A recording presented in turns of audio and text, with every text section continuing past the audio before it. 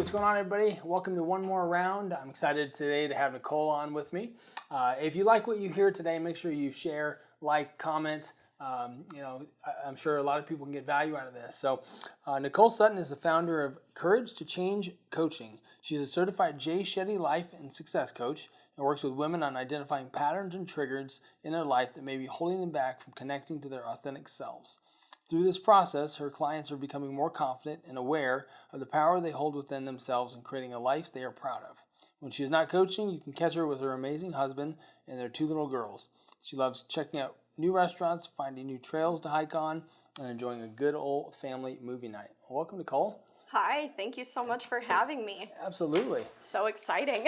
Yeah, so we were just catching up a little bit before we came on, and you told me you're an Arizona native. Yes. From Kingman. Yeah. Yeah, so we're one of the few. I'm Safford, you're Kingman. Yeah. What was it like growing up in Kingman, Arizona? Well, I mean, it was perfectly fine. I didn't know any better. Yeah. People are always like, what'd you do out there? And it's like, whatever you did, it's like, it's just growing up in a small town and community. And I grew up playing softball, so doing a lot of sports. I kind of played all sports, but softball is kind of where it landed for me. So. What position? Pitcher and shortstop. Okay. Yeah. Nice. Yeah, loved it. Did you go to college with it, or? No, I did not. I kind of stopped playing in high school just with some of the politics that were around it. It just kind of became too much, and I kind of became over it, unfortunately. And I knew I wanted to at first be a hairstylist, so I was like, I don't need to go to a 4-year college for that. Right. So that's what I decided to do, and yeah. How long were you a hairstylist for? Well, I'm still a hairstylist, as well as just starting my business, my coaching business. So for the past 15 years, I've been doing hair. That's great. So 15 years in the hair business. What have you learned from that? I have learned a lot. I've learned that maybe people don't even come to you just to get their hair done. Yeah.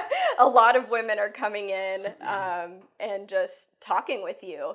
And you think about it, I mean, people come in, every 3 to 6 weeks. I'm seeing them more than I see my family, or more than close family, you know what I'm saying?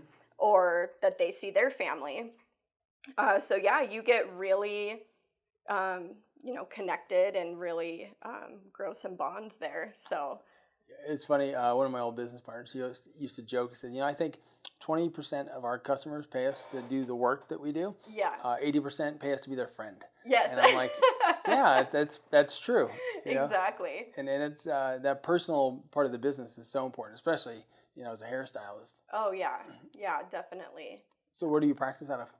Yeah, so I'm in Central Phoenix, and I've been there for 5 years. And I went over with 2 girlfriends of mine. We were in a big salon space before that. And then, just decided to take the leap and create our own space and have our own, environment of what we're wanting to create. So it's been a really awesome move to get to be in it fully. Awesome. Was it scary in the beginning to take that leap to go on your own completely? Oh my gosh, it was so scary. And I honestly don't even think I was connected to what I was doing. I was just like, okay, let's do it. Because now that I'm restarting and doing this all over again, I've had so many fears and so many things that I've had to overcome to start another business, and how that looks totally different than the business that I have currently. Now, you said you went with 2 other girls. Are you guys partners together? Yeah, okay. We're all partners. 33.3%. Cool. So yeah, it's been a lot of fun, and that's created, relationships, and that's really taken the leadership role of what it is to have a space and being able to, kind of accommodate all of us and what we're wanting to create. And luckily we all have a very similar vision. So that's been, learning experience. So was it like having partners? Did you have partners before, or was it a new thing? No, I did not have partners before. That was definitely a new thing. And I think we were all just like so excited, and we just were like, okay, listen, like we're going to all grow and we're going to all change, and we just have to all be in this and be ready to adapt to everyone's life and how it shifts and changes. And over the 5 years, it's like we all take turns stepping up and making that, you know, yes, we're all partners and we're all equals, but depending on what's going on in your life, maybe you don't have as much energy to put into the business and somebody else does. And so that dynamic has really like come to light as we've grown, and that's been nice, where we don't have like we know we're all in it, and we know it's okay if one person's ahead or one, we're all catching up, taking turns being the one, in charge, if you will. Totally. The ebbs and flows, and like they can get your slack if you're not feeling it, or you have things going on, and vice versa type of thing. Absolutely. Yeah. Was there anything you guys did in the beginning to like lay some ground rules to make sure your partnership is going to be successful? Just kind of having that conversation. I mean, honestly, we were winging it. Yeah. We were all just like, we knew we wanted to create a really like comfortable space for our clients. So all of our vision was the same. And I think as time has gone on, we've, worked out things that come along the way, because you can set up how you want it to go, but life or circumstances are going to bring something totally different to light. Mm-hmm. And so as those things have come up, it's just been like, okay, now we're in this situation. What do we want to do as, all of us? So again, just communication, really. I mean, staying connected and communicating with each other on, what it is we've been wanting to do. It's huge. Now, do you guys navigate through COVID together then? Yes, we did. What was that like? That was wild. That was super wild. We closed about 2 weeks before, we were actually closed down. Mm-hmm. And then it was like, okay, what are we going to do? And we all kind of did our own thing. Not necessarily all together. I had my little pity party for a minute, and then it's like, okay, what am I going to do now? Like, how am I going to make money? My business, I have to be with people. And so I had a client reach out, and she's like, what's the best box color to get for my hair? And I'm like, no, no box. Like, this is going to be a nightmare. Like, if my clients are putting box color on their hair, by the time we get back, this is not going to be fun. No recovery. For anybody, So I had an idea to start putting out color kits. And so I stayed connected with my clients and emailed them and said, hey, here's what I'm doing. If you want to touch up your roots at home, I'll create a box for you, and I'll drop it off. And so I have 2 little girls, and they were home with me during that time. And so I think that they were kind of like my motivation too, to like, for them to see their mom like take the next step. And so it became such a thing that I was like, okay, I will collect all the orders through the week, and then on Friday we will go and deliver them. And so my girls and I would grab some donuts, get some coffee, and we would head out, and I'd make a map through, the Phoenix area and just go and give out color kits to my clients, and it got me through. That's great. I mean, a very good pivot too. I mean, identifying something that they need, that you obviously want them to be customers down the line. So it's like, let's not wreck your hair. Yes. Let me help you with that. That's very smart. Yeah. So have you always kind of had that entrepreneurial spirit about you then? I believe that I have. Yeah. I don't think I ever looked at it that way, but the more that I'm growing and reflecting, I've definitely always had that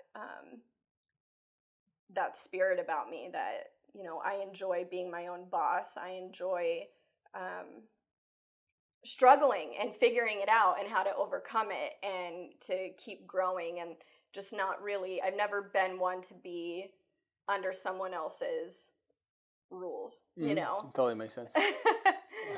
Now, how'd you get into coaching? What brought that about? That was something that as I have grown and started working on myself and personal development and getting my own coach, I just started really seeing the benefits of having somebody else to talk with and have somebody else, help me see things from a different perspective. Mm-hmm. So feeling and watching myself grow was like, I love this. I want to do this. I want to be part of other people's, self-discoveries and other people's healing journeys. So it was just kind of by accident, if you will. I wasn't really thinking about it. I saw my friend's mom is a coach, and she's, was coaching me, and now at this point she's way more of like a mentor. Mm-hmm. And I'm just like inspired by her, and like I want to, I always joke with her, like I want to be you. I love what she does, and so I'm just trying to create the path for myself of what that looks like, and helping other women along the way. Cool. Now, Jay Shetty, I've heard of him. Yeah. I'm trying to think. I might have even read a book at some point by him, but how did you get into his coaching program? Well, so there's no real like regulation around coaching, and so anybody can be a coach. And I had done this mastermind with some women, and the coach, or the leader of that group, was like, "Hey, Nicole, just do it. Like, just be a coach." And it's like, okay, but there's just so many other things to like take into. I can't just be like, I'm going to be a coach, Mm-hmm. And one day I started to feel like, okay, I'm worthy of this. I can totally do this. And so I put it out there. Hey, I want to coach. And one of my clients took me up on it. And afterwards I called my now mentor, and I'm like, oh my God, like, I think I just tried to therapize her. Like, I need to figure something out. Like, Mm-hmm. I want to stay in my lane of coaching, and I don't want, there to be like crossover. I am not qualified as a therapist at all. Mm-hmm. And so it was like, I wanted to be certified, but I didn't want to be certified to just be certified. I really wanted to have, a connection with what I was doing. And Jay Shetty has been part of my growth. I, listen to him almost every morning, his podcast. And so it's been really like influential in my own journey. And somehow I stumbled upon that he had opened up a school. And I'm like, oh my God, like, what? This is incredible. And so I looked it up, and I was literally like, went to my husband, like, I want to do this. And like got on the phone and was like, sign me up. Nice. So you actually hit on something a second ago I want to go back to. You said therapize or Yeah. I butchered that word, but that's okay. Yeah. So what is the difference between coaching and therapy? Yeah. So therapy is very, a therapist might tell you things to do, or there might be a situation that has come up in your life that you need to really, sit with for a while and really gain clarity on all of it. And you'll have way more guidance as a therapist and a coach. We see all of our clients as whole already, and we believe that you have all the answers within yourself, because nobody knows you better than you. So our job as a coach is to, hold space and ask, thought-provoking types of questions to help you really dig within to find your own answers. So what does that look like then? Like, 'cause I've never had I've had business coaches, but more like mentors and stuff. Mm-hmm. So what does a coaching session look like? If I come to you and say, hey, Nicole, can you help me out? Maybe just help my head, or I want to be more successful. Mm-hmm. How would we start? Well, yeah, having a goal in mind is always great. But also finding your blocks. Mm-hmm. So what's interesting is sometimes, it might be like, okay, I want to, have this successful business. So it's like, okay, well, let's look at that. What blocks are coming up? Because there's a lot of things that can be in the way. Like a lot of people just think like, okay, maybe someone's scared to be successful, or they don't think they're enough, or they're worthy of that. But then there's like the other flip side where maybe they totally believe in themselves, but maybe they're scared of success, scared of what that looks like, scared of, So a coaching session would be, kind of creating a goal, and then really just working through it and getting your mindset in the right place. A lot of the times with coaching, it's all mindset shift, seeing things the way that you want to see them and not the way that you've been conditioned from society or family to see them. Do you have a good example of that by chance? A good example of seeing things the way you want to see it, as opposed to the way you've been conditioned to see things. Like take a second, but yeah, be good example of that would be kind of neat. Well, so one thing that comes to mind is, so we're born, us, who we are. And as life goes on, yes, we become conditioned. And so think of it almost as every time we are conditioned from society or from our family, or we take something in and we don't process it and resolve it, think of it as putting on a mask. And so you're continually through your life putting on these masks, and you become an adult, and it's like, who am I? Like, what's going on? And so that's another thing through coaching is we are peeling back that mask. We're taking those masks off to work to get you to your authentic self of what your beliefs are, not what you've been, conditioned to believe. Makes sense. So like an example would be, like I grew up and my dad was an engineer, but he worked at a mine. My grandfather worked at a mine. My great grandfather worked at a mine. Yeah. So I used to hear money doesn't grow on trees. Yes. And you hear that your entire life, and you just think that money is just so scarce and you can never get your hands on it. But obviously through time I was able to develop some different belief systems through different people, which is like, money is abundant. There's, you can make it. So like those are some of the shifts and stuff you can help people make. Absolutely. And really just gaining tools and strengthening that uncomfortability because it's all unknown. It's so easy to continue down the path that we already know. It's easy, for instance with you, like it's easy to believe that money doesn't grow on trees. That's what you've been told, and you believe it and you take it in until one day something somewhere sparks something that made you start to think things in a different way. Yeah. And so that's what's going on in a coaching session. It's creating different perspective. You're looking at it this way, but have you looked at it that way? And so you can start to kind of pull back the layers, and then that's getting you to, again, your authentic self. That's awesome. So how often do you do coaching sessions, like for an individual?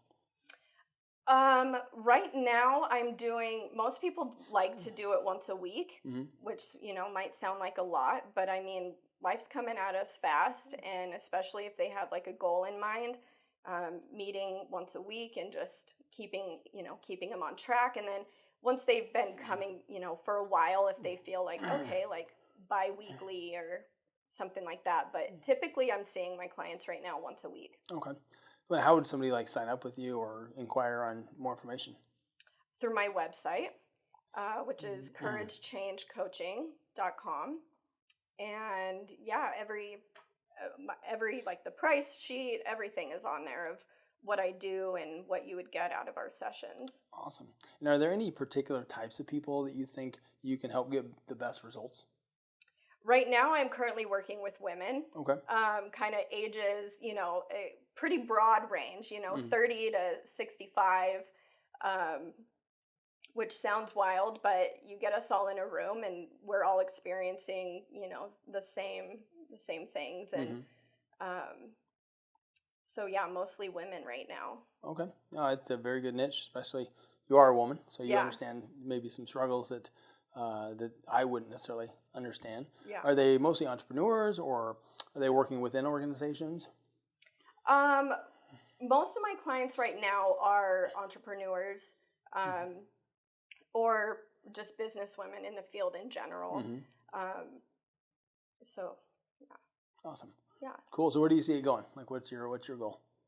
My goal is to just impact, as many women as I can, help them really just, when it comes down to it, it's just getting out of our own way and showing up and creating goals and, crushing them. So I would love to, help as many women as possible and create courses and host retreats. And I've done some like group gatherings before, and I really enjoy that as well, because something I've learned through doing that is, all of our challenges are just, and when they're talked about, are actually medicine for somebody else. And so when you get a group of women together, you can really make like an impact. Awesome. Do you guys read like a lot of books and stuff? Do you recommend that kind of stuff to your coaching group, or? I will recommend some books from time to time. Every client, I don't have like a set structure of how I do things, because every person that comes has their own. A little different. Yeah, they're all different. And so some people just want to show up and just do the work there in the session. But some people want to have, homework, if you will. They want to have tools to utilize and to really help bring reflection. If you're not used to reflecting, having extra tools to help you do that will help get you there faster. Awesome. Are there any like books and stuff that have helped you over the last several years that you would recommend? Oh my goodness. A lot of books. I think my very first one was The 4 Agreements. Oh, it's a great book. Yeah, that really got it going. But the biggest one for me, where I feel like I had one, like the biggest, like, oh my goodness, was Untethered Soul. And that's really learning to become an observer of your thoughts and not live in your head and not be your thoughts. And that has made the biggest impact. And that's how I became a coach, because if I would have kept listening to everything inside of my head, I would never have even attempted it. Yeah, explain that further. So I mean, what does that mean? Like being able to observe your thoughts? So being an observer of your thoughts, we live in our head and we can sit there and create all kinds of stories. Most of the stories aren't even true. For instance, like, okay, coming here today, I could have been like, oh my gosh, this is going to go this way, and like been in my head all about it, right? But being an observer of your thoughts is learning to like disconnect from that and be more present and asking yourself like what you need. So can I give an example of how absolutely. I like really learned that? Okay. So I'm reading this book and learning how to like, okay, become an observer. And the biggest thing for me was doing the dishes. Like I'm in my head, right? And I'm doing dishes and I'm pissed. I'm doing dishes and nobody else is doing anything. And so as I'm reading this book, it's like you want to stop that train of thought, right? So you want to recognize it. And boy, do you. You feel it in your body. It's like, I am getting pissed off. So you become an observer. It's like, okay, I'm mad. Take a breath. What do you really need right now? It's like, I just need help. I'm not mad at everyone else. I just need help. And it was like, okay, let me go and ask for help. Hey guys, you want to help me? They're like, oh, sure, yeah. And they get up and it's like, oh my gosh, I just did that. I became, I really disconnected and got underneath the thought process. Which allows you to get to a solution, right? Which allows you to get to a solution. So this like loop that just goes on and on in your head. Absolutely. This, the same loop that kept me from being a coach. It took me like 2 years to get to being like, okay, I'm going to do this, because I told myself I wasn't good enough. I told myself I couldn't do it. Why would somebody want me as their coach when they could look at all these big people, Jay Shetty or, Tony Robb, like these huge names, and who wants little old me over here? And it's like surrounding myself with people who are in the starting point and working through the same things that I was having to go through, just shed light on, we all start somewhere. And even these big names, they weren't just a big name.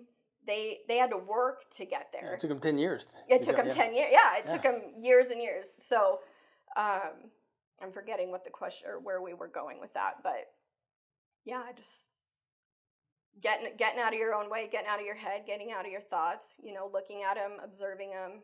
No, I think it's super smart, and if people can adapt that, I mean, it's just a real pragmatic way to look things. Yeah. Because when you feel like that kinesthetic feeling, like you're talking about dishes, I can relate. My wife hates dishes, like it is like her number one pet peeve. Yeah. I can like see it in her face when she is doing it, and now like the kids help, but like that kinesthetic reaction, you get closed up, you're angry, but if you can step back from that, like, okay, how can I solve this? It really can change anything, like any business problem you have, any family, personal problem. Yeah. And it allows you to detach and be pragmatic about decisions, which is huge. Yeah, and we can all feel that, and so that's something I do with my clients as well. It's like, what does that trigger feel like? We know what it feels like. Your heart starts racing, or you start closing up, like you just said, and it's like that's telling you something. It's not telling you to be pissed and to run down that road. You've done that 1,000 times and you know where that leads.